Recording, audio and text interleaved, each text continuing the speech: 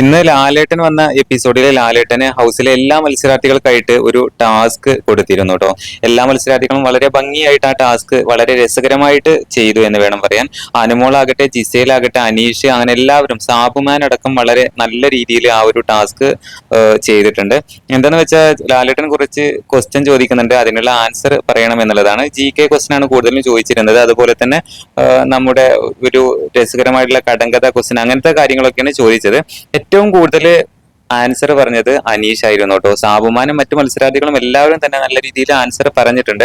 എന്നിരുന്നാൽ പോലും കൂടുതൽ ആൻസർ പറഞ്ഞിരിക്കുന്നത് അനീഷാണ്. ലാലേട്ടൻ അതിനെ അപ്രീഷിയേറ്റ് ചെയ്യുകയും ചെയ്തു.